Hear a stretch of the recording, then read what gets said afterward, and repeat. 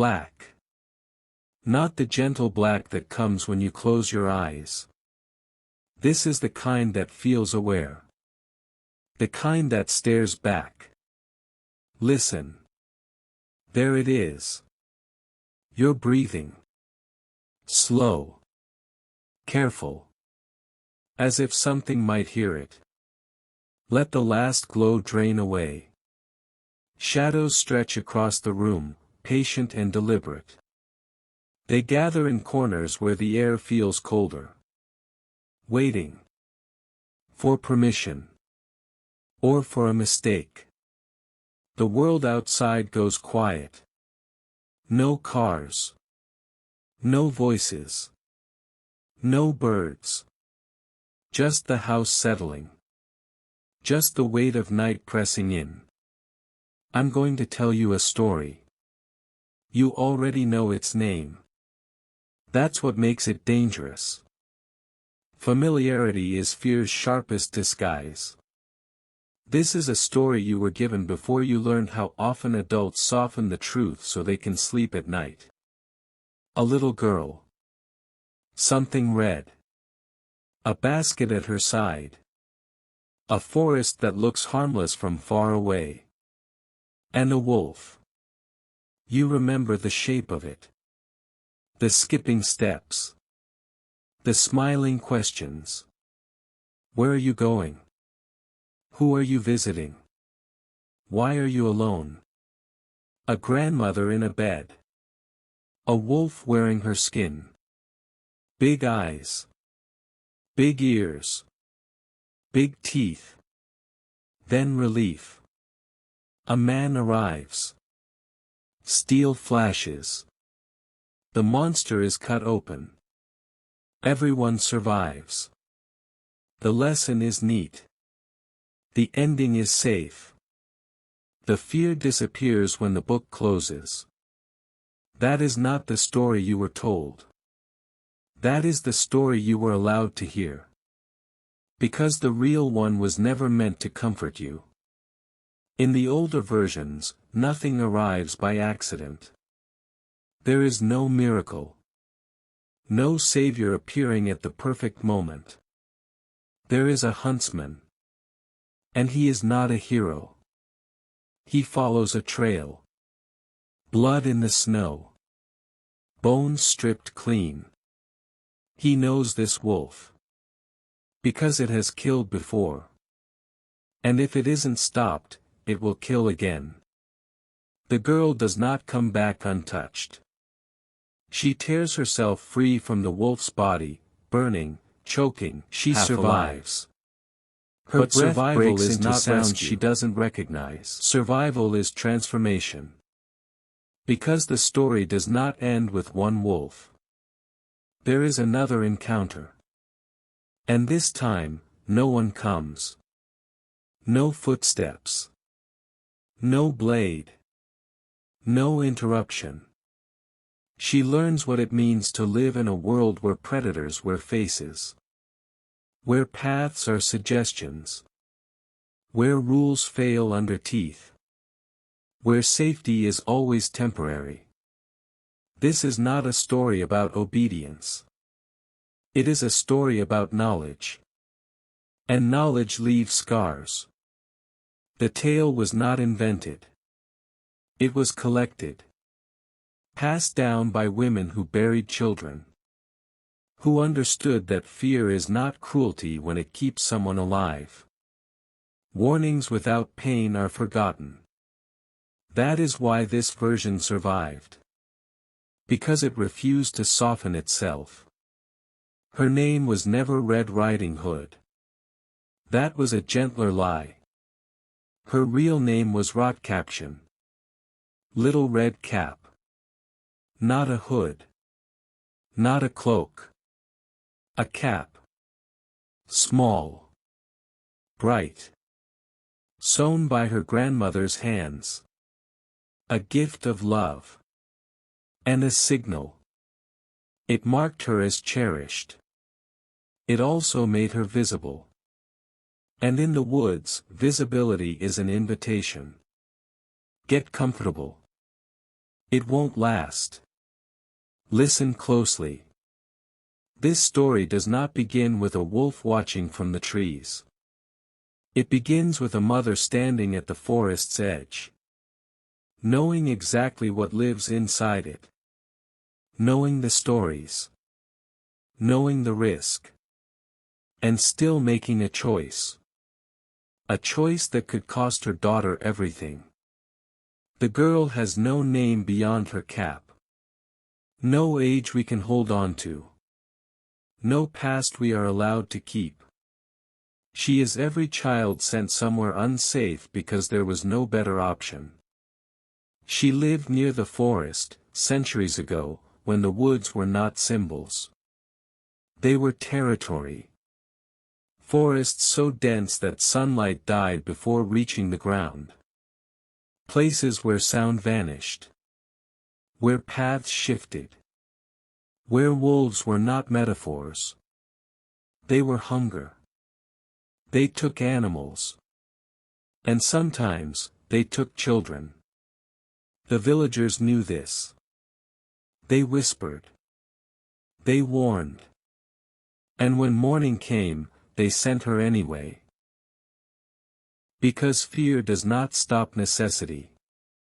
And survival sometimes demands a sacrifice. This is where the story truly begins. At the edge of the forest. With a girl. A red cap. And a path that promises safety. Until it doesn't. Blackness. Not empty. Not silent. Alive. A slow wind moves through unseen branches, carrying the damp, rotting smell of leaves that never knew sunlight. Somewhere far away, wood creaks. Not from houses. From trees shifting their weight, as if settling in to watch. Everyone had lost someone to the forest. That was the village's unspoken truth. Not a legend. Not a cautionary tale meant to frighten children into obedience. A fact. It lived in the pauses during conversation. In the names people avoided. In the way eyes drifted toward the tree line and then quickly away, as if looking too long might invite something back.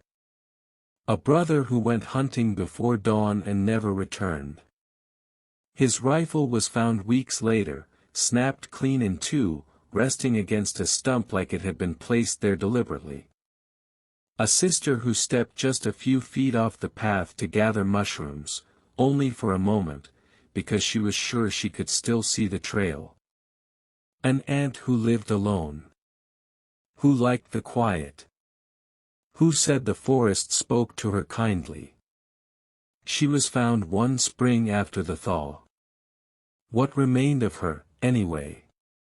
Bones. Wrapped in a nightgown.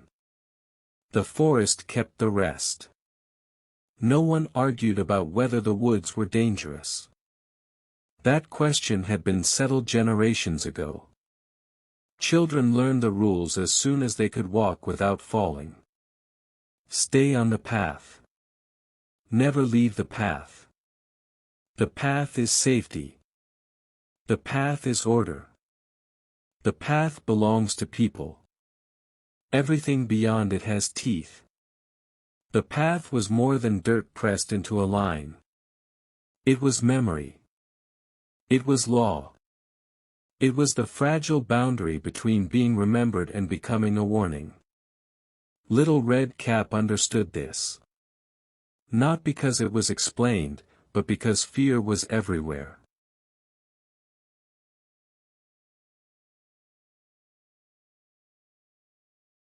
She saw her mother's hand still whenever a howl drifted too close at night. She saw neighbors make the sign of the cross when someone failed to return by dusk. Fear did not shout in the village. It whispered. And it stayed. And still, her grandmother lived in the forest. Deep inside it. A small cottage crouched beneath an oak so old its roots twisted above ground like exposed bones. Some said the tree stood there before the village. Before roads. Before names. The cottage sat far from the last house. Far enough that smoke from its chimney couldn't be seen unless you were already too close. Far enough that a scream would vanish before it reached anyone who could help. The old woman could no longer walk to the village. Her legs had failed her. Her breath came thin and shallow. She lived alone now. With memories. With prayers. With the constant hope that wolves would find easier prey. And when sickness came. When fever burned and the cough turned wet and rattling. Someone had to go to her. Someone had to bring food. Medicine. Proof that she had not already been forgotten. Because illness, left long enough, becomes another way to die. That morning, the girl's mother stood in the doorway of their cottage. In her hands, a basket packed with intention. Cake made with care. Wine meant to warm failing blood. Medicine wrapped in cloth like fragile promises. She stared at the forest. Then she looked at her daughter. 12 years old. Maybe 13. Small for her age. Sharp-eyed. Quick-thinking. And trusting. That frightened her mother most of all. I need you to take this to your grandmother. The words were steady. Her hands were not. The girl followed her gaze to the path as it narrowed into shadow. Alone.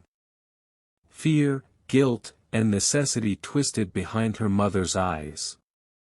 Your father is away trading, she said. Your brothers are in the fields. There was a pause. There's no one else. Another pause. And your grandmother is very sick. She didn't finish the thought. She didn't need to. They both knew what happened when no one went. The girl nodded. She always did. She took the basket. Pulled the red cap snug over her hair. Her mother grabbed her shoulders and pulled her close, too tightly, as if strength alone could protect her. Stay on the path, she said.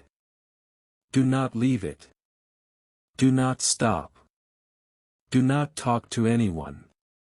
Walk straight to your grandmother's house. Give her the basket. Come straight home. Her voice broke. Promise me. I promise. Her mother held her one heartbeat longer. Then she let go. She watched her daughter walk toward the trees. Watched the red cap move along the narrow strip of safety. Watched until the forest swallowed her completely. Then she stood in the doorway, staring at the place where her child had vanished, whispering prayers into the cold air, unsure if anyone still listened. This is not a fairy tale. This is not comfort. The woods closed around Little Red Cap almost immediately. Light thinned. Air cooled. The sounds of the village faded like a half-remembered dream. She had walked this path before. Many times. But never alone. Never with the basket pulling at her arm. Never with her mother's fear echoing so loudly in her mind. Stay on the path. Don't talk to anyone. Go straight there. Come straight home. The words followed her like unseen footsteps. The trees leaned closer.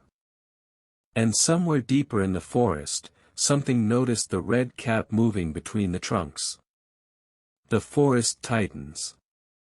Not like a trap snapping shut. Like a body leaning closer to hear a secret. The trees press in on either side of the path, ancient oaks, impossibly old, their trunks swollen and twisted by centuries of growth. Their bark is split and scarred, ridged like wounds that never healed properly. No living person could wrap their arms around them. No living person was here when they were young. He simply appears, stepping out of the darkness as if the forest has decided, finally, to give its hunger a face. Blocking her way. Little Red Cap stops so abruptly her breath catches halfway to a scream. Her lungs burn. Her hands lock around the basket handle until the woven reeds bite into her skin. The wolf is enormous. Not merely large. Unnatural. Bigger than any wolf she has ever seen near the village. Bigger than the hunting dogs her brothers trained. Bigger than something that should be able to move so quietly. His fur is dark, almost black where the shadows cling to him, threaded with gray along his muzzle and chest like frost creeping over stone. His shoulders rise high and powerful, rolling subtly as he shifts his weight. His paws are massive. And when he lifts his head, his eyes find her. Yellow. Bright. Focused. They do not dart like an animal's. They measure her. The way her father studies deer before releasing an arrow. Calm. Patient. Already imagining the outcome. Then he smiles. Good day, Little Red Cap. The sound of his voice is worse than his size. Not because he is a wolf. She expected wolves. But because he speaks. Because his voice is smooth. Cultured. Almost gentle. Because he knows her name. Because his smile reveals rows of clean, white teeth that look far too practiced at being friendly. Where are you going all alone in the woods? He asks. Doesn't your mother know how dangerous it is out here? He tilts his head slightly, ears angling forward in something that almost resembles concern. A small girl like you, he continues. Wandering by herself. Anything could happen. Every instinct in her body screams at her to run. To drop the basket. To turn back. To flee without looking. But instinct is fragile when it has been trained out of you young. She is 12. Maybe 13. She has been taught to answer adults when spoken to. To be polite. To be helpful. And the wolf sounds kind. Reasonable. Safe. I'm going to my grandmother's house, she hears herself say. Her voice doesn't shake, and that frightens her almost as much as the wolf. She's sick. I'm bringing her cake and wine. The wolf's eyes soften. Or pretend to. How kind you are, he says, taking a single step closer. The ground barely makes a sound beneath his weight. What a good granddaughter. Another step. And where does your grandmother live? He asks. Is it far? Her mouth feels dry. She points down the path. About 20 minutes. In the clearing by the old oak tree. She lives alone. In a little cottage. The wolf's smile widens slowly. All alone, he repeats, savoring the words. His tongue slides briefly across his teeth. How lonely for her, he murmurs. And how brave of you. Then, almost apologetically, he leans closer. But tell me, he says, are you in a very great hurry? The question slips past her defenses. My mother said to go straight there, she answers. Of course she did, the wolf replies smoothly. He glances around them, at the towering trees, the filtered light, the false stillness. But you've been walking so quickly, he continues. So seriously. His voice lowers, conspiratorial. Look around you. Against every warning, she does. Look at how beautiful the forest is, the wolf says. The flowers. The birds. The sunlight through the leaves. There are no birds. He leans closer, his shadow stretching across the path. Your grandmother would surely love a bouquet of flowers with her cake and wine, he says. What a thoughtful gift. What a loving gesture. Little Red Cap follows his gaze. Just beyond the edge of the path, flowers bloom. Blue. Yellow. White. Perfect. Untouched. Their petals nod gently in the filtered light, bright against the gloom. Unreal. As if placed there deliberately. Her heart slows. Just a little. I don't know, she says quietly. And somewhere deep in the forest, something smiles. The forest does not rush. It never has. It waits for permission. My mother said not to leave the path. The words come out small. Fragile. Almost embarrassed, as if the girl already knows she is disappointing someone. Not the wolf. Her mother. The rule echoes in her mind, heavy with memory. She can still feel her mother's hands on her shoulders. Still hear the tremor hidden beneath the command. Stay on the path. For a moment, the wolf does nothing. He does not speak. He does not move. He lets silence do the work. Then he sighs softly, the way adults do when indulging a child. Just for a moment, he says. His voice changes. It softens. Lowers. Becomes warm and reassuring. Like honey poured slowly, carefully, so it doesn't spill. Just to gather a few flowers. He gestures gently, not toward the girl, but toward the colors waiting beyond the edge of the path. You can see them from here, he continues. You won't get lost. You're a smart girl. He waits. And think how happy it would make your grandmother. The wolf steps closer, but not too close. He understands distance. He understands fear. A sick old woman, he murmurs, almost sadly, all alone in the woods, receiving not just food, but beauty. His eyes stay fixed on her face, tracking every flicker of doubt, every fracture forming in her resolve. Wouldn't that cheer her? The forest seems to lean in. The girl swallows. Her mother's voice fights to be heard. Do not stop. Do not leave the path. But flowers would be nice. Her grandmother loved flowers. She pressed them between pages. She said they were proof that beautiful things could survive being forgotten. And the flowers are right there. Not hidden. Not threatening. Just a few steps away. Close enough to lie to herself. I suppose, the girl says.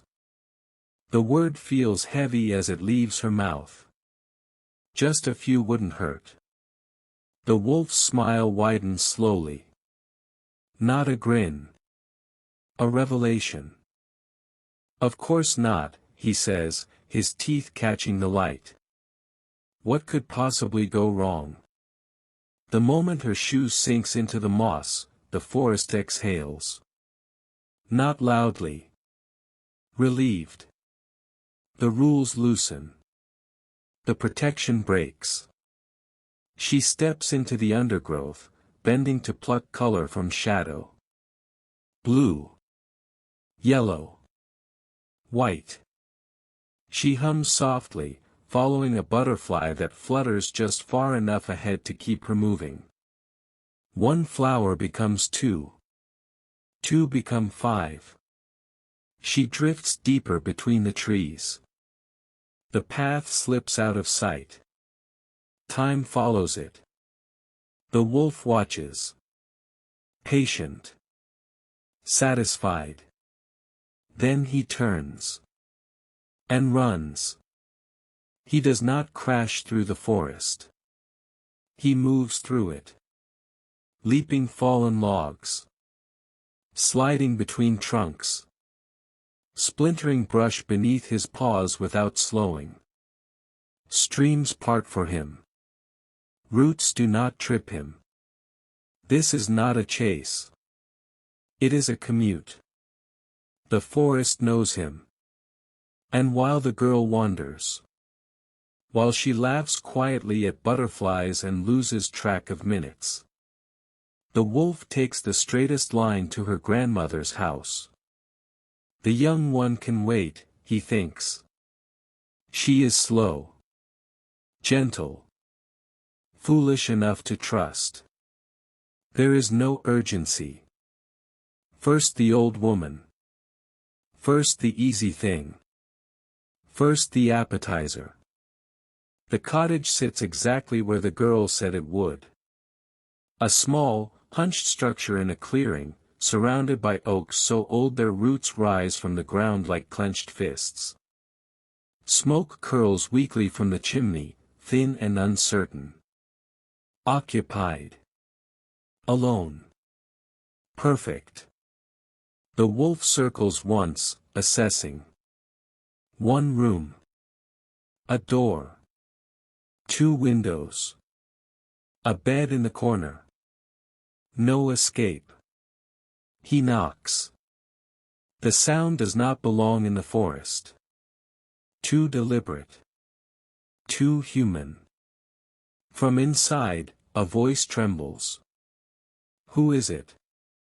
The wolf reshapes himself. His voice lifts and thins, stitched together from memory and imitation. It's Little Red Cap, he calls gently. Grandmother, I've brought you cake and wine. Open the door. There is movement inside. Slow. Careful.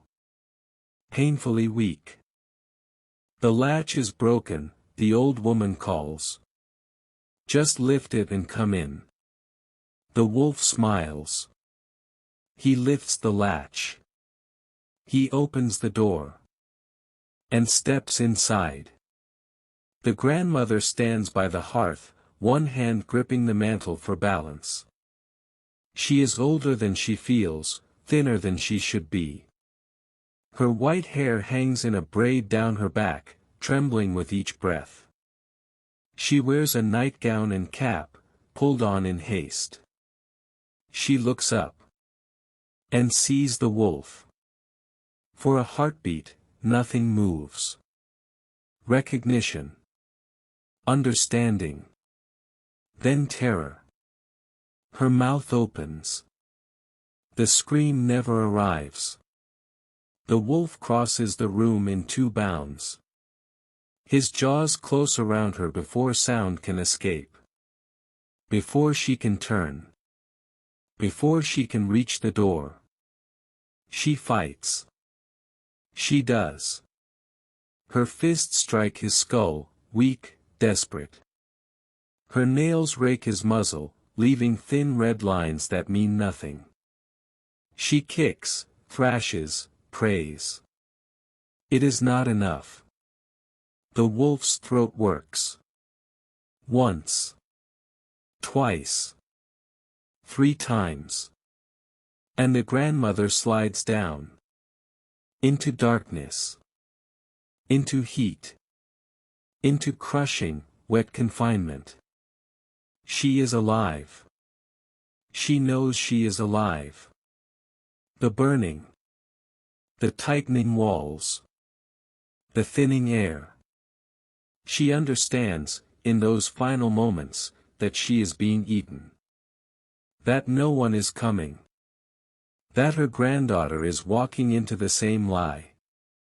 The wolf stands alone in the cottage, breathing heavily. His belly swells. He licks his chops slowly. Then his eyes drift around the room. The bed. The cap. The nightgown. An idea forms. A very old idea. And somewhere in the forest, a girl gathers flowers. The cottage holds its breath. So does the forest around it. The nightgown came off when he swallowed her. Cloth never survives that journey cleanly. Buttons tear loose. Seams unravel. Fabric absorbs things it was never meant to touch. The wolf stands alone in the center of the cottage, chest rising and falling, his belly heavy with movement. Something inside him shifts. Scratches weakly. Knocks once, twice, as if asking a question that will never be answered. He ignores it. Because an idea has formed. Not a new one. An old one. Older than the cottage. Older than the village. Older than mercy. Paws are not made for careful work. His claws snag the nightgown as he wrestles it over his massive shoulders. The fabric stretches and protests, threatening to tear apart entirely. It clings awkwardly to his chest, tight and misshapen. He tilts his head. Considers. In dim light. With fear doing most of the seeing. It will be enough. He finds the nightcap next. Small. White. Fragile. The grandmother's. He forces it down over his head, bending his ears painfully beneath it until they disappear. The cap sits crooked, absurd. Absurdity doesn't matter. Expectation does. Fear will correct the rest. He climbs into the bed. The mattress sags, springs whining softly beneath his weight. He curls inward, compressing himself, pulling the covers up to his chin. He darkens the room further. Edges soften. Details vanish. Truth blurs. And he waits. Inside his belly, the grandmother is still alive. Her lungs scream for air that doesn't exist. The walls around her pulse and clench, slick and burning, acid already biting into skin made thin by age and illness. There is no sound. No space. Only pressure. Heat. And the slow, horrifying realization. She is being digested. Alive. And worse still, she knows her granddaughter is coming. She knows the wolf is patient. That knowledge has nowhere to go. It stays with her. Outside, footsteps. Soft. Uneven. Growing closer. The wolf smiles in the darkness beneath the covers. He settles deeper into the bed. Waiting. Little Red Cap is lost. Truly lost. She has been picking flowers for what feels like hours. Time stretches in the forest, twisting minutes into something heavier. When she finally looks up, arms aching beneath the weight of her bouquet. The path is gone. Gone. Panic hits her like ice water. Sharp. Paralyzing. Her mother's voice rises in her head, louder than her own thoughts. Stay on the path. Never leave the path. But she did. And now she can't find it. The trees look identical in every direction. Trunks stack behind trunks. Branches tangle overhead like ribs closing in. The undergrowth presses close, thorny and dense, offering no direction. No mercy. She turns slowly, trying to orient herself. Nothing makes sense. Her breath quickens. A terrible thought surfaces, complete and undeniable. This is how it happens. They will find her in the spring. Bones scattered. Picked clean. A red cap, faded and torn. Just another child who didn't listen. Her vision blurs. Then, light. A break in the canopy. A clearing. Hope surges so suddenly it makes her dizzy. She runs. Branches claw at her sleeves. Thorns snag her skirt. Her red cap catches, tears free, catches again. Her breath comes in short, painful gasps. Then she bursts into the open. The cottage. Her grandmother's cottage. Exactly where it should be. Relief floods her so intensely her knees nearly buckle. She laughs once, shaky and breathless. She made it. She's safe. Everything is fine. Then she sees the door. Open. Just a little. Wrong. Her grandmother never leaves the door open. Never. Too careful. Too frightened. Too aware of wolves. Little Red Cap slows. Her heart begins to pound again. She pushes the door open. It creaks. Grandmother, she calls, forcing cheer into her voice. I've brought you cake and wine. And flowers. I picked them just for you. The cottage is dim. Curtains drawn. Fire low. Smoke thick in the air, clinging and stale, casting shadows that shift when she moves. In the bed, a shape lies beneath the covers. Come in, dear child, says a voice. Her grandmother's voice. But altered. Hoarse. Strained. Too deep. Close the door, it continues. Come to the bed. I'm too weak to get up. Little Red Cap steps inside. She closes the door behind her. The click of the latch sounds final. She walks toward the bed, eyes slowly adjusting. Something is wrong. She can't explain it. Only feel it. The shape beneath the covers is too large. Too long. And the smell. Not herbs. Not lavender. Not clean wood smoke. Animal. Wild. But it's her grandmother. It has to be. Who else could it be? I brought you flowers, Little Red Cap says softly, lifting the bouquet. The wolf said you'd like flowers. The word lands in the room like a dropped knife. The wolf. Beneath the bedclothes, something shifts. The voice sharpens. Alert now. Interested. The wolf, it repeats slowly. You met him, on the path. And beneath the covers. Something smiles. The air inside the cottage feels heavier now. Thicker. As if the walls themselves are listening. He was very nice, Little Red Cap says.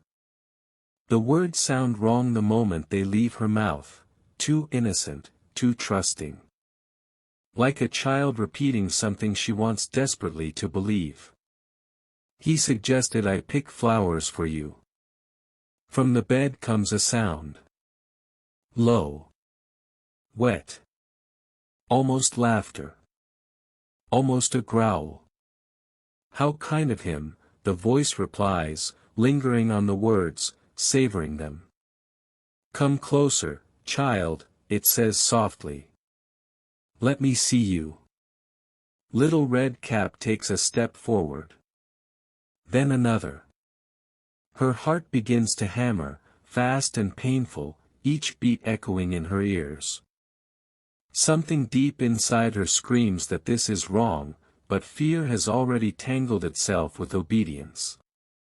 She stands beside the bed. And now she sees it. The nightcap is pulled too low. The blankets pulled too high. The grandmother watches from the floor, too weak to move. But her eyes are bright now. Clear. Satisfied. When the cavity is full, when the wolf's belly is once again packed tight, this time with stone instead of life. Wilhelm takes needle and thread from the grandmother's sewing basket. His hands are steady as he sews the wound shut. Stitch by stitch. The wolf sleeps on. Too gorged. Too broken. Too shocked to wake. When it is done, they step back. And wait. It takes perhaps 20 minutes. Then the wolf stirs. Shifts. Wakes. He tries to stand. Cannot. The weight inside him is wrong. He collapses back onto the bed with a whimper. Tries again. Rolls off the bed onto the floor. Drags himself upright. Takes 3 staggering steps toward the door. And his legs give out. Inside him, the stones shift. Grind. Crush. Break things never meant to break. Water, the wolf gasps. His voice is gone now. No charm. No cleverness. Just an animal. So thirsty. He drags himself toward the door, inch by inch. Each movement drives the stones deeper. Each breath hurts more than the last. And the forest watches. The cottage is quiet again. Too quiet. Little Red Cap watches from the corner. She does not cry. She does not speak. She sits very still, wrapped in a blanket her grandmother draped around her shoulders. Wool meant for comfort swallows her small body. Her red cap is still on her head, darkened now, stained with blood and things no washing will ever remove. Her face is blank. As if something inside her has already shut a door. The wolf drags himself toward the threshold. Freedom is right there. The forest. Water. Shade. Safety. He reaches the doorway. And dies there. Crushed from the inside by the weight of his own greed. His body collapses half in, half out of the cottage. Tongue lolling. Eyes glassy. Empty. The stones inside him settle with a dull, final sound. Wilhelm works in silence. Digested alive. Above them, the wolf sighs. Content. His belly is stretched and heavy now, full exactly as he planned. Old flesh and young. Experience and innocence. Appetizer and main course. The deception worked perfectly. Drowsiness creeps over him. Satisfied, he lumbers back to the bed. Walking is difficult now, his swollen stomach dragging him forward. He lies down out of habit, pulls the covers over himself though he doesn't need them, and closes his eyes.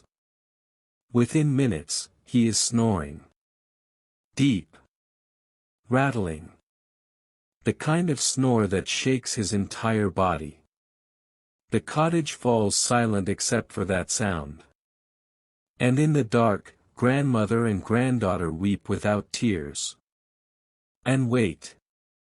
Wilhelm had been tracking this wolf for 3 weeks.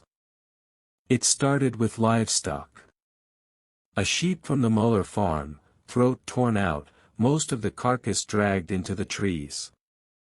Then 2 more from the Schmidt place. Then a hunting dog.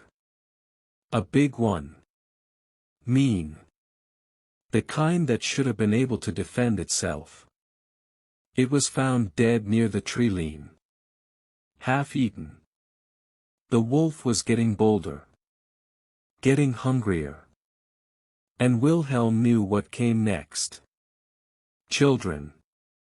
That was always the pattern. When wolves lost their fear of humans. When they learned how easy prey could be. When sheep and dogs no longer satisfied. They took children. So Wilhelm followed the signs. The tracks, massive paw prints, far too large for any normal wolf. The scat, packed with bone fragments and fur. The territorial marks gouged deep into tree trunks. He learned its paths. Its habits. Its territory. And today, the trail led here. To the old woman's cottage beneath the oak trees. Wilhelm approached cautiously, rifle loaded, finger resting just outside the trigger. The door was closed. Smoke rose from the chimney. But something was wrong. The forest was silent. No birds. No squirrels. Only the smell of predator. He tried the door. It opened easily. The latch wasn't properly secured. Wilhelm stepped inside. The cottage was dim. Close. And reeked of animal. And there, on the bed, an enormous wolf lay sleeping. Snoring. The wolf sleeps. But its body tells a different story. Its belly is grotesquely swollen, distended far beyond anything Wilhelm has ever seen. Not the heavy roundness of a fed animal, but something wrong. Stretched too tight. Skin pulled thin over a shape that does not belong there. It looks like the wolf has swallowed something huge. Something that should not fit. Wilhelm raises his rifle. The weight of it is familiar in his hands. Comforting. Certain. 1 shot. That is all it would take. 1 clean bullet through the skull, and it would be over. The livestock would be safe. The forest would quiet. The children would live. He would collect the bounty. Drink for free that night. Be called a hero. His finger tightens on the trigger. Then the wolf's belly moves. Not the slow rise and fall of breath. This is different. A push. From the inside. As if something within is fighting. Struggling. Trying to escape. Wilhelm freezes. Slowly, he lowers the rifle. He stares at the distended stomach. Jesus, he whispers. Another movement. Weaker this time. Jesus Christ. The pieces slide together in his mind with sickening clarity. The old woman lived here alone. Everyone knew that. And the girl. The girl had been sent to visit her today. People in the village mentioned it casually. Without fear. Without knowing. If the wolf took the old woman. If the girl arrived after. If they are both in there. Alive or dead, he cannot know. And this is the gamble. If he kills the wolf now, clean and fast, everything ends. No suffering. No risk. But if there is even the smallest chance. Any chance. Wilhelm sets the rifle down. His hands tremble as he reaches for his hunting knife. The blade catches the dim light of the cottage. Sharp. He honed it that morning. He approaches the sleeping wolf slowly, every step careful. Then he cuts. The blade slices through fur. Then skin. Blood wells up, less than he expects. The wolf's body is heavy with sleep and gluttony. The wolf stirs. Groans. But does not wake. Wilhelm swallows and cuts again, deeper now. Careful. Deliberate. A long incision down the belly.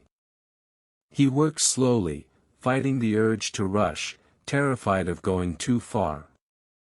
He pulls the wound open. And sees red. Not blood. Cloth. A red cap. His breath catches. He cuts faster now, hands slick, heart pounding. The flesh parts. And a hand thrusts through the opening. Small. Trembling. Then another. Then a girl claws her way out of the wolf's stomach. Gasping. Shaking. Covered in blood and digestive fluid. She collapses to the floor, retching, sobbing. Alive. It was so dark, she whispers, her voice raw and torn. It was so dark in there. Get back, Wilhelm says sharply. His eyes are fixed on the wound. There's someone else. He reaches in again. His hands close around another shape. Smaller. Frilier. He pulls. And the grandmother comes free. Old. Weak. And somehow. Alive. She slides onto the floor, gasping, shaking, dragged backward out of death itself. Grandmother and granddaughter cling to each other, weeping, breathing. Alive. Behind them, the wolf begins to wake. Its body tenses. Its jaws snap weakly. Pain registers now. Violation. Rage. We need to finish this, Wilhelm says, reaching for his rifle. No. The voice stops him. The girl. She is standing now. Her posture is different. Her eyes are different. Something was burned away in the dark of the wolf's belly. Something soft. Something trusting. What remains is colder. Sharper. Wait, she says. She turns and goes outside. When she returns, her arms are full. Stones. Heavy stones. Sharp-edged stones. Enough to fill a body. Help me, she says. Wilhelm understands. Together, they begin to work. They cram stones into the wound. Into the empty space where flesh once was. Rock after rock. Heavy. Unforgiving. Deadly.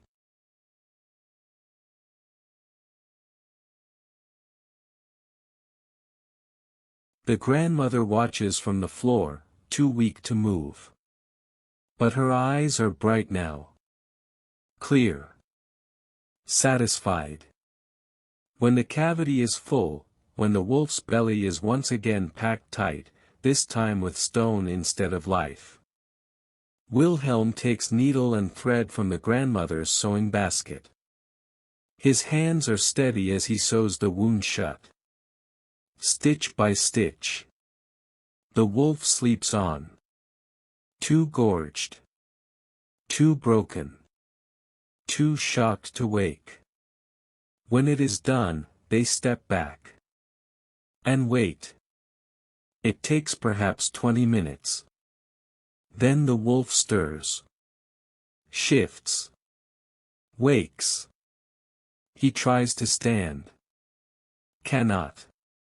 The weight inside him is wrong.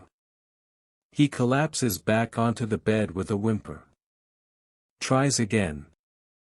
Rolls off the bed onto the floor. Drags himself upright. Takes 3 staggering steps toward the door. And his legs give out. Inside him, the stones shift. Grind. Crush. Break things never meant to break. Water, the wolf gasps. His voice is gone now. No charm. No cleverness. Just an animal. So thirsty. He drags himself toward the door, inch by inch. Each movement drives the stones deeper. Each breath hurts more than the last. And the forest watches. The cottage is quiet again. Too quiet. Little Red Cap watches from the corner. She does not cry. She does not speak. She sits very still, wrapped in a blanket her grandmother draped around her shoulders. Wool meant for comfort swallows her small body. Her red cap is still on her head, darkened now, stained with blood and things no washing will ever remove. Her face is blank. As if something inside her has already shut a door. The wolf drags himself toward the threshold. Freedom is right there. The forest. Water. Shade. Safety. He reaches the doorway. And dies there. Crushed from the inside by the weight of his own greed. His body collapses half in, half out of the cottage. Tongue lolling. Eyes glassy. Empty. The stones inside him settle with a dull, final sound. Wilhelm works in silence. He skins the wolf with practiced efficiency, careful not to damage the pelt. There will be a bounty. Proof. Closure. Celebration. The grandmother gathers the stones. She washes them one by one at the basin. Scrubs them clean. Then carries them outside and rebuilds her garden wall exactly as it was before. Where they belong. Little Red Cap takes nothing. She sits in the corner, staring at the wall as if it might open and swallow her too. You're safe now, Wilhelm says. He says it again. And again. It's over. You're safe. But Little Red Cap does not feel safe. She feels like she died in the dark. And came back wrong. Like something was left behind in the wolf's belly. Something innocent. Something soft. And what climbed out was not quite the same girl who went in. Her grandmother feeds her cake and wine, food meant for comfort and healing. It tastes like ash. She chews mechanically. Swallows without noticing. I'll walk you home, Wilhelm offers gently. No, she says. Her voice is flat. I know the way. She walks home alone. The forest closes around her as the sun sinks low and shadows stretch between the trees. She stays on the path. Every step precise. Every sound catalogued. Every movement watched. When she reaches home, her mother screams. She runs to her, crushing her in an embrace so tight it hurts. Sobbing. Praying. Thanking God and anyone else who might still be listening. "I'm fine," Little Red Cap says. Her voice does not waver. "I'm fine. Grandmother is fine. The wolf is dead." Her mother holds her tighter. "I shouldn't have sent you. I should never have let you go alone. I'm so sorry. I'm so—" "It's fine," Little Red Cap says again. "It's over." But that night, sleep does not come. Every time she closes her eyes, she is back in the dark. Back in the heat. Back in the crushing pressure of the wolf's belly, her grandmother's arms around her as they wait to die. She cannot stop thinking about the wolf on the path. How nice he seemed. How friendly. How concerned. How easily she told him everything, where she was going, who she was visiting, how to get there. How she practically drew him a map to her own death. And the worst part. The part that keeps her awake, shaking. Is that she wanted to trust him. She wanted to believe he was safe. Because if you cannot trust someone who seems kind, who seems helpful, who seems to care, then who can you trust? The answer settles into her bones. No one. Not really. Not when it matters. If she wants to survive in this world, she will have to save herself. Because no one else will. 3 weeks pass. The bruises fade. The scratches heal. The acid burns become scars, then faint lines, then nothing visible at all. Everyone except Little Red Cap decides things are back to normal. Her mother packs another basket. More cake. More wine, she says, as if the first trip had been nothing more than an inconvenience. She's alone out there, her mother continues. She needs company. She needs family. Little Red Cap stares at the basket. At the path leading into the woods. At the red cap hanging by the door. Clean now. No blood. No trace of stomach. "I don't want to go," she says. Her mother's face tightens. "Don't be difficult. You've done it before. The wolf is dead. There's nothing to be afraid of anymore." Little Red Cap wants to scream. There are always more wolves. The forest is full of them. "You're sending me into danger again because it's convenient." But she says none of it. She takes the basket. Puts on the red cap. And walks into the woods. This time she does not dawdle. She does not pick flowers. She does not leave the path, not even for a heartbeat. She walks fast. Head down. Eyes sharp. And that is why she sees him.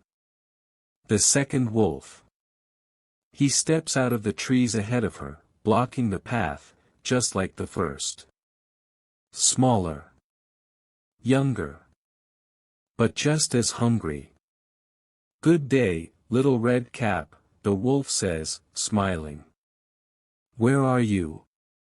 She does not let him finish. She runs. Not away.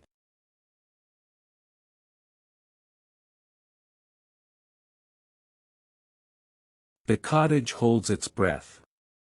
So does the forest around it. The nightgown came off when he swallowed her. Cloth never survives that journey cleanly. Buttons tear loose. Seams unravel. Fabric absorbs things it was never meant to touch. The wolf stands alone in the center of the cottage, chest rising and falling, his belly heavy with movement. Something inside him shifts. Scratches weakly. Knocks once, twice, as if asking a question that will never be answered. He ignores it. Because an idea has formed. Not a new one. An old one. Older than the cottage. Older than the village. Older than mercy. Paws are not made for careful work. His claws snag the nightgown as he wrestles it over his massive shoulders. The fabric stretches and protests, threatening to tear apart entirely. It clings awkwardly to his chest, tight and misshapen. He tilts his head. Considers. In dim light. With fear doing most of the seeing. It will be enough. He finds the nightcap next. Small. White. Fragile. The grandmother's. He forces it down over his head, bending his ears painfully beneath it until they disappear. The cap sits crooked, absurd. Absurdity doesn't matter.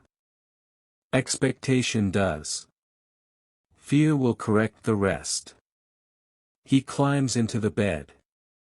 The mattress sags, springs whining softly beneath his weight. He curls inward, compressing himself, pulling the covers up to his chin. He darkens the room further. Edges soften. Details vanish. Truth blurs. And he waits. Inside his belly, the grandmother is still alive.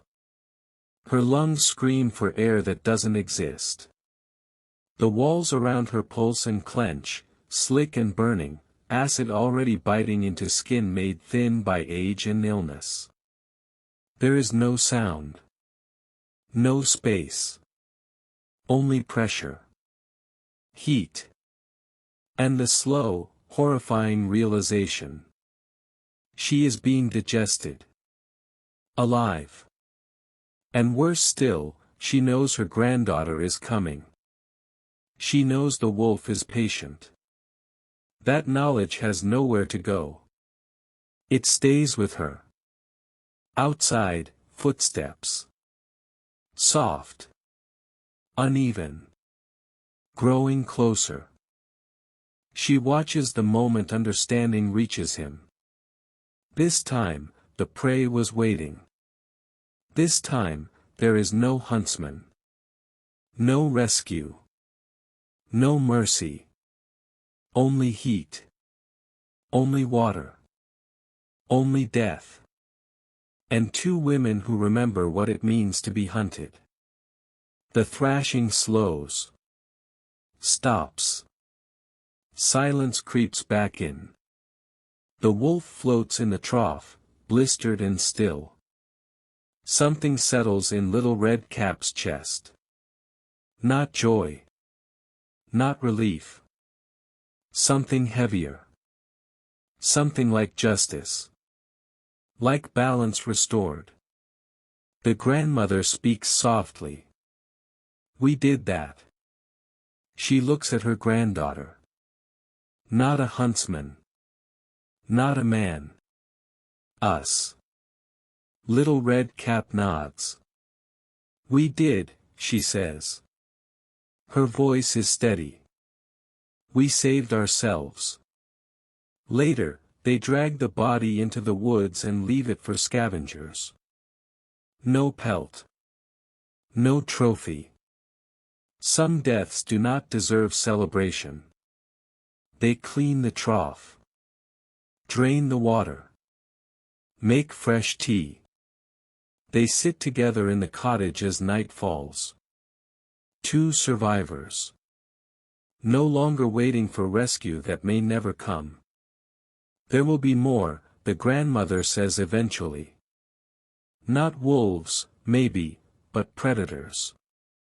People who see weakness and exploit it. People who smile and seem kind and turn out to be monsters. Little Red Cap nods. I know.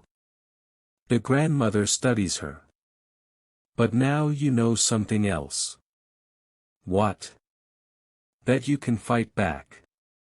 That you are not helpless. That being prey does not mean staying prey. Little Red Cap reaches up and touches her red cap. Once a marker. Once a target. Now.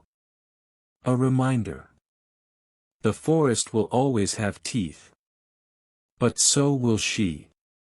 A single point of color in the dark. Red. Unapologetic.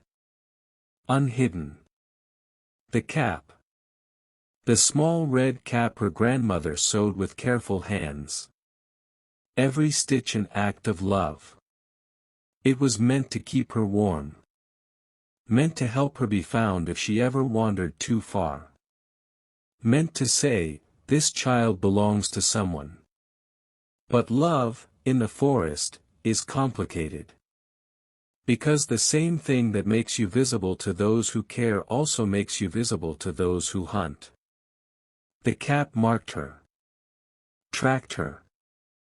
Turned her into a moving target against green and shadow. Easy to see. Easy to follow. Easy to remember. She understands that now. Fully. Painfully. And still, she does not take it off. That matters. She could have burned it. Hidden it. Left it behind. But she didn't. Because its meaning changed.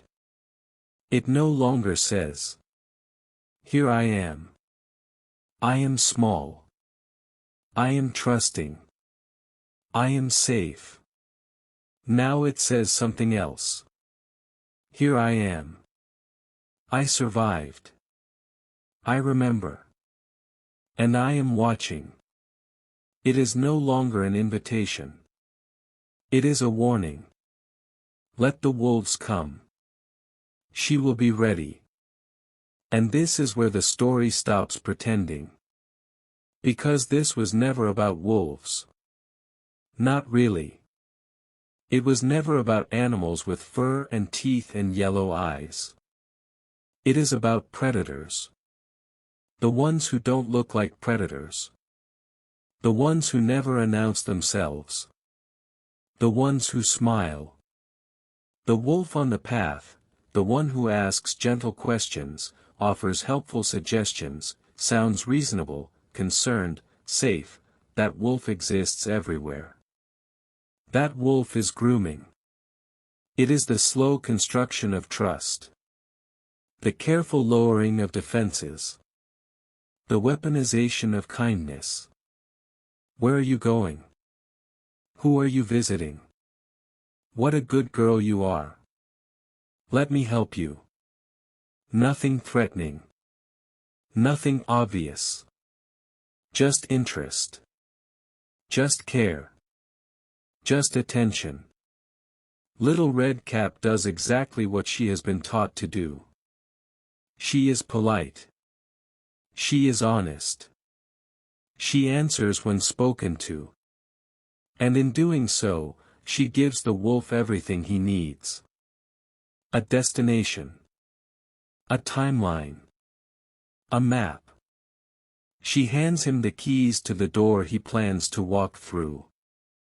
And then we blame her. We tell the story like a lesson and say, see what happens when you talk to strangers. As if the danger was her kindness. As if politeness was the mistake. As if curiosity were a crime. We teach children to be open, trusting, helpful. and then punish them when predators exploit those exact traits. The wolf uses her goodness against her. That is not an accident. That is the design. Predators do not growl. They charm. It never has. It waits for permission. My mother said not to leave the path. The words come out small. Fragile. Almost embarrassed, as if the girl already knows she is disappointing someone. Not the wolf. Her mother. The rule echoes in her mind, heavy with memory. She can still feel her mother's hands on her shoulders. Still hear the tremor hidden beneath the command. Stay on the path. For a moment, the wolf does nothing. He does not speak. He does not move. He lets silence do the work. Then he sighs softly, the way adults do when indulging a child. Just for a moment, he says. His voice changes. It softens. Lowers. Becomes warm and reassuring. Like honey poured slowly, carefully, so it doesn't spill. Just to gather a few flowers. He gestures gently, not toward the girl, but toward the colors waiting beyond the edge of the path. You can see them from here, he continues. You won't get lost. You're a smart girl. He waits. And think how happy it would make your grandmother. The wolf steps closer, but not too close. He understands distance. He understands fear. A sick old woman, he murmurs, almost sadly, all alone in the woods, receiving not just food, but beauty. His eyes stay fixed on her face, tracking every flicker of doubt, every fracture forming in her resolve. Wouldn't that cheer her? The forest seems to lean in. The girl swallows. Her mother's voice fights to be heard. Do not stop. Do not leave the path. But flowers would be nice. Her grandmother loved flowers. She pressed them between pages. She said they were proof that beautiful things could survive being forgotten. And the flowers are right there. Not hidden. Not threatening. Just a few steps away. Close enough to lie to herself. I suppose, the girl says. The word feels heavy as it leaves her mouth. Just a few wouldn't hurt. The wolf's smile widens slowly. Not a grin. A revelation. She does not explain. She does not negotiate. She does not hope someone else will save her. She runs. She plans. She remembers. She and her grandmother, two women who have already been swallowed and lived, do something radical. They prepare. No huntsman. No miracle. No man arriving just in time. They save themselves. They kill the wolf deliberately. They watch him die. And that makes people uncomfortable. Because we prefer victims to be passive. We prefer survival to be quiet. So we ask. Is that revenge? Is it justice? Is it cruelty? The answer is yes. And survival. Because the final truth of this story is not don't talk to strangers. It is this. Predators exist. They will come again. And no one is guaranteed to save you. But you can learn. You can remember. You can change. And the red cap. The thing that once marked her as prey. Becomes something else entirely. A signal. Not of weakness, but of warning. A slow breath. Then another. As if the story itself is deciding whether to continue.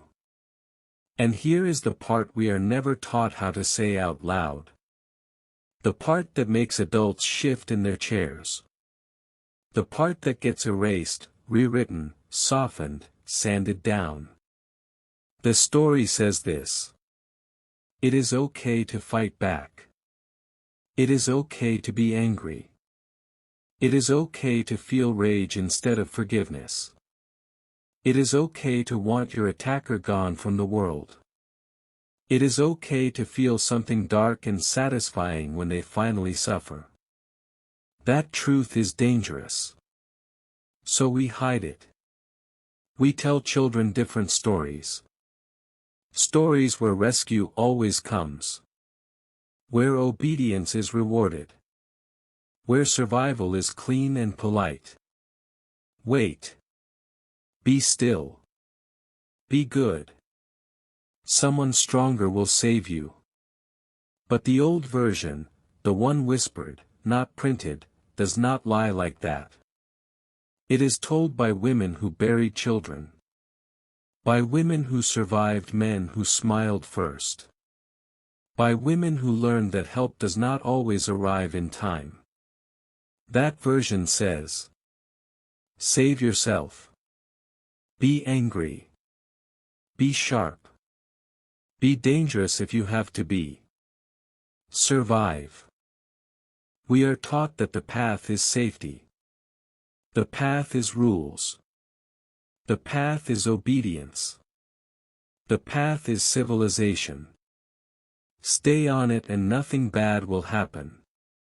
That is the promise. But the world does not honor that promise.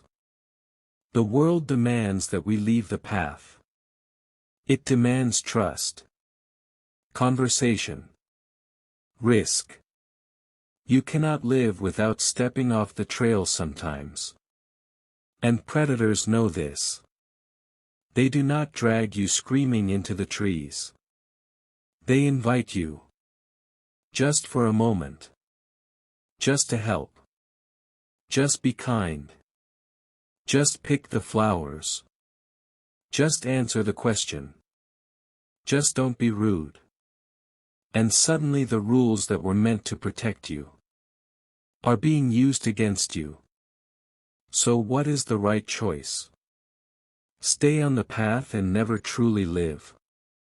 Or step off it and risk the wolves. There is no good answer. That is the horror at the heart of this story. Little Red Cap follows the rules. And gets eaten anyway. She steps off the path. And gets eaten. There is no behavior that guarantees safety. No perfect formula. Sometimes the wolves get you no matter what you do. And sometimes you survive not because you were perfect. But because you were lucky. Because someone happened to walk by. Because you were clever enough. Fast enough. Angry enough. This story does not offer comfort. It offers honesty. The world is dangerous. People will hurt you. Trust can be both a gift and a weapon. And still, you can survive. You can carry the trauma. And still kill the second wolf. Now let's talk about the mother. Because she is judged more harshly than anyone else. She sends her daughter into the forest. Alone. Knowing what lives there. Why? Because the grandmother is sick. Because someone has to go. Because there is no one else. Because sometimes parents are forced to choose between bad and worse. How many mothers throughout history have made that calculation? This is dangerous. But we have no choice. Send the child to work. To fetch water. To cross borders. To survive war. She didn't finish the thought. She didn't need to. They both knew what happened when no one went. The girl nodded. She always did. She took the basket. Pulled the red cap snug over her hair.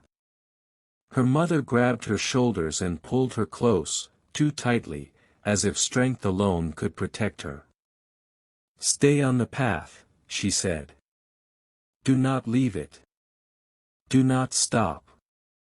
Do not talk to anyone. Walk straight to your grandmother's house. Give her the basket. Come straight home." Her voice broke. "Promise me." "I promise." Her mother held her one heartbeat longer. Then she let go. She watched her daughter walk toward the trees. Watched the red cap move along the narrow strip of safety. Watched until the forest swallowed her completely. Then she stood in the doorway, staring at the place where her child had vanished, whispering prayers into the cold air, unsure if anyone still listened. This is not a fairy tale. This is not comfort. The woods closed around Little Red Cap almost immediately. Light thinned. Air cooled. The sounds of the village faded like a half-remembered dream. She had walked this path before. Many times. But never alone. Never with the basket pulling at her arm. Never with her mother's fear echoing so loudly in her mind. Stay on the path. Don't talk to anyone. Go straight there. Come straight home. The words followed her like unseen footsteps. The trees leaned closer. And somewhere deeper in the forest, something noticed the red cap moving between the trunks. The forest tightens. Not like a trap snapping shut. Like a body leaning closer to hear a secret. The trees press in on either side of the path, ancient oaks, impossibly old, their trunks swollen and twisted by centuries of growth. Their bark is split and scarred, ridged like wounds that never healed properly. No living person could wrap their arms around them. No living person was here when they were young. They exist wherever trust is offered. Where kindness is mistaken for weakness. Where politeness is demanded more fiercely than safety. Trust can be a bridge. Trust can also be a blade. Turned slowly, carefully, by someone who knows exactly where to press. And still, you can survive. You can be wounded so deeply you no longer recognize yourself afterward. And still stand. You can be broken open. And still learn how to break back. You can be prey. And become something else. Something teeth learn to fear. You can fill the wolf with stones. You can watch him realize, too late, that hunger is not the same as power. You can watch him die. And the story says, that is okay. That is the part people do not like. Because it disrupts the fantasy that goodness alone is enough. Because it refuses the lie that suffering must always be noble, quiet, forgiving. Because it dares to say, anger can be survival. Violence can be resistance. Memory can be a weapon. This story does not end with happily ever after. Because happily ever after is a luxury. It ends with truth. Messy. Unresolved. Necessary. This is the story of Little Red Cap. Not the nursery rhyme. Not the cleaned-up cautionary tale. The real one. The one told before we decided children needed protection from reality. instead of preparation for it. Before we decided stories should soothe, instead of sharpen. It is the story of a girl who trusted the wrong smile, and paid for it with terror, trauma, and the permanent knowledge that the world is full of teeth. It is the story of a grandmother who was swallowed alive, and survived, and did not come back gentle. It is the story of a wolf who believed charm was enough, who believed politeness would disarm instinct, who believed prey would stay prey, and who died crushed by stones. Not because of fate, but because of planning, because of rage, because of memory. It is the story of a second wolf. Because there is always a second wolf. One who thought the same tricks would work. Who thought the path would still protect him. Who thought hunger entitled him to bodies. Who died screaming in boiling water, prepared specifically for him. This is not a story about innocence. It is a story about what comes after innocence is destroyed. About what happens when you are hurt, and forced to rebuild yourself from whatever survives. About how you become someone who cannot be hurt in the same way twice. It is a story about women saving each other. About knowledge passed hand to hand, voice to voice, generation to generation. About warnings whispered in kitchens, and by firelight. About solidarity forged not in comfort, but in danger. Yes, it is a story about the price of trust. About the cost of kindness, in a world that exploits it. But it is also a story about the cost of survival. Because Little Red Cap paid dearly. She lost innocence. She lost ease. She lost the ability to ever fully relax into safety. She survived. But survival carved something out of her. Winning was not clean. It never is. The sanitized version ends with rescue. This version ends with dead wolves, boiling water, and two women who know, with absolute clarity, what they are capable of when pushed too far. This story was not invented. It was collected, passed down by women who had lived through famine, war, loss, assault, disappearance. Women who knew the world was dangerous, long before anyone tried to make it gentle. Women who understood that stories are not meant to comfort children. They are meant to keep them alive. They told this story as a warning. This is what predators look like. This is how they sound. This is how they smile.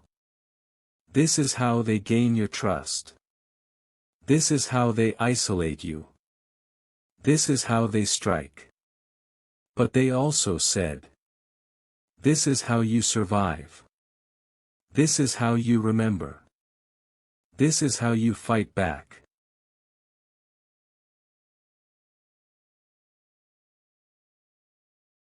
We sanitized it because it frightened us. Because it was too honest. Too violent. Too close to real pain. We told ourselves children could not handle it. But maybe they already know more than we think. Maybe they sense the wolves before we name them. Maybe what they need is not silence, but language. Not comfort, but truth. Maybe they need to know it is okay to be angry when someone hurts them. That revenge is complicated, but not always wrong. That satisfaction and grief can live in the same body. That trauma does not disqualify you from strength. That being saved once does not mean you are safe forever. That sometimes you have to save yourself. Or maybe not. Maybe innocence is worth preserving at any cost. Maybe soft stories have their place. I don't know. But I know this. This version of the story has survived longer. Because it speaks to something real. Because there are still girls walking through woods. Still predators who smile first. Still grandmothers living alone at the edges of things. Still wolves. Always wolves.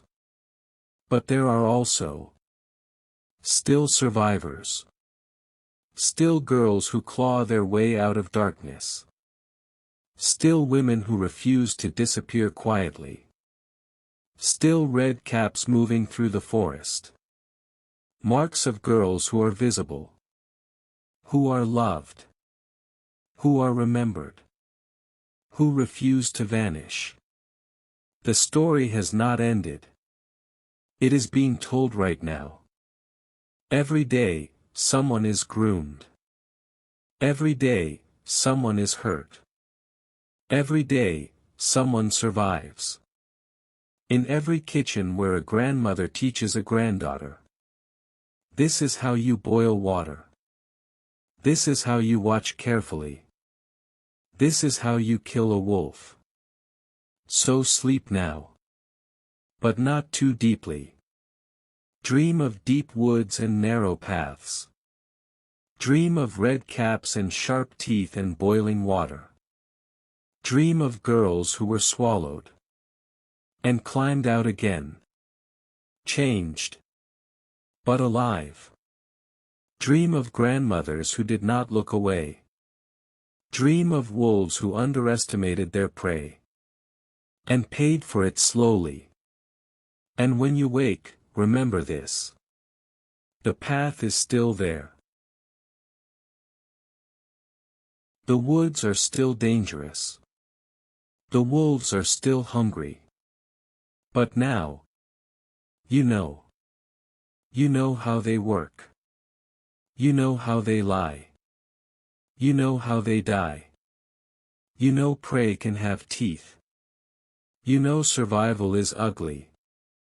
But possible. You know you do not have to wait. The red caps came before you. They will come after you. An endless line of girls who refuse to disappear into the dark. Who survived impossible things. Who filled wolves with stones. And watched them die. The story is not over. It never will be. Sleep well. And remember.